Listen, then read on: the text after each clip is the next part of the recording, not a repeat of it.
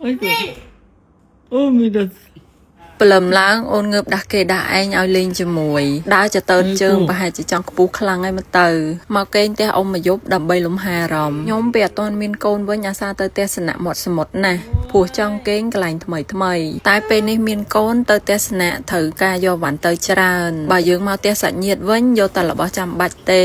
សូម្បីតែបបរអូនក៏អ៊ំតែងឲ្យនិងបញ្ចុកឲ្យដែរម៉ែនេះមានក្តីសុខខ្លាំងព្រោះអត់សូវហត់អូនញ៉ាំញ៉ាំបបរពេលផឹកអត់សូវបានដូចញ៉ាំពេលល្ងាចយេចូលខែក្តៅនេះអូនរៀងអត់ចំណង់អាហារបន្តិចដែរមុំដោះគោច្រើនជាងញ៉ាំបាយហើយមកគេធ្វើច្រឹកមើលដៃគេផងបងប្អូននៅ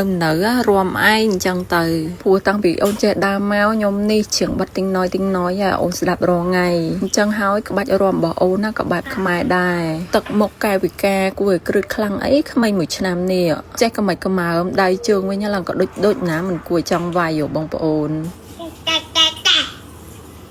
ឥឡូវអូនដោះថ្មិញខាងក្រោមមកពីទៀតហើយហើយឡើងស្រួចឆ្លែមបងប្អូនហើយខំយកម្ដងឈឺចង់ស្លាប់ខ្ញុំថាតកូនខ្ញុំអត់ចេះខំតាមានណាខំមកឡើងចង់ដាច់សាច់ម្ដុំហី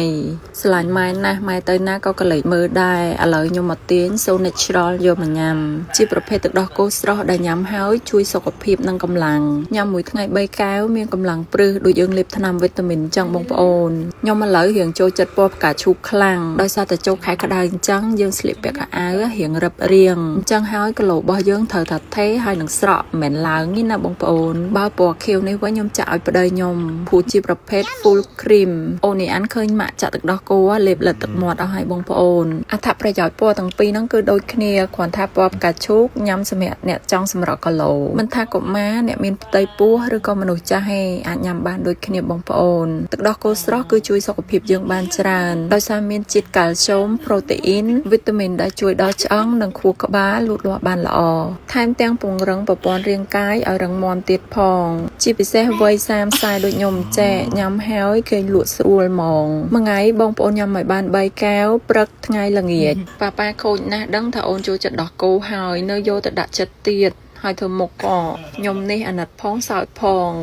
ព្រោះទឹកមុខគេប៉ាកែធ្វើខ្លាំងក្មេងអីមុខដូចមនុស្សធំអញ្ចឹងនេះដាក់នៅលើកៅអីអញ្ចឹងឲ្យឡើងស្ងៀមហើយគេធ្វើដូចចង់មួយគេអញ្ចឹងប៉ុន្តែតេងផ្លែតបងប្អូនណាយលប៉ាត់លប៉ាយពេញហ្នឹង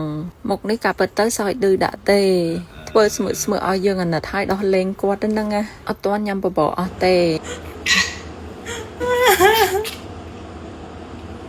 សុខភាពរាងកាយគឺសំខាន់ខ្លាំងបងប្អូនបើយើងសុខភាពល្អហើយសម្រស់យើងក៏ល្អតាមនឹងដែរទឹកដោះគោ So Natural បើយើងបើកម្របហើយសូមដាក់ក្នុងទូទឹកកកភ្លាមណាបងប្អូនទុកបាន7ថ្ងៃ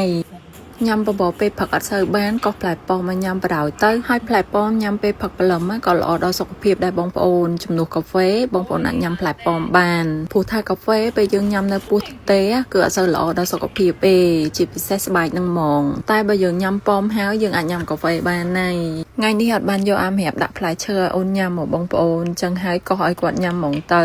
មានថ្មិញហើយឲ្យតាពីខ្លះទៅកុំឲ្យពិបាកពេកតែគ្រាន់ថាអូននេះអានតែមានអីដុំគេអត់លេពេលបងប្អូនគេខ្ជាក់វិញហើយអត់សូវហ៊ានលេពេលសូម្បីតែដុំតូចក៏ដោយចេះឆ្លក់ទឹកមាត់ទៀត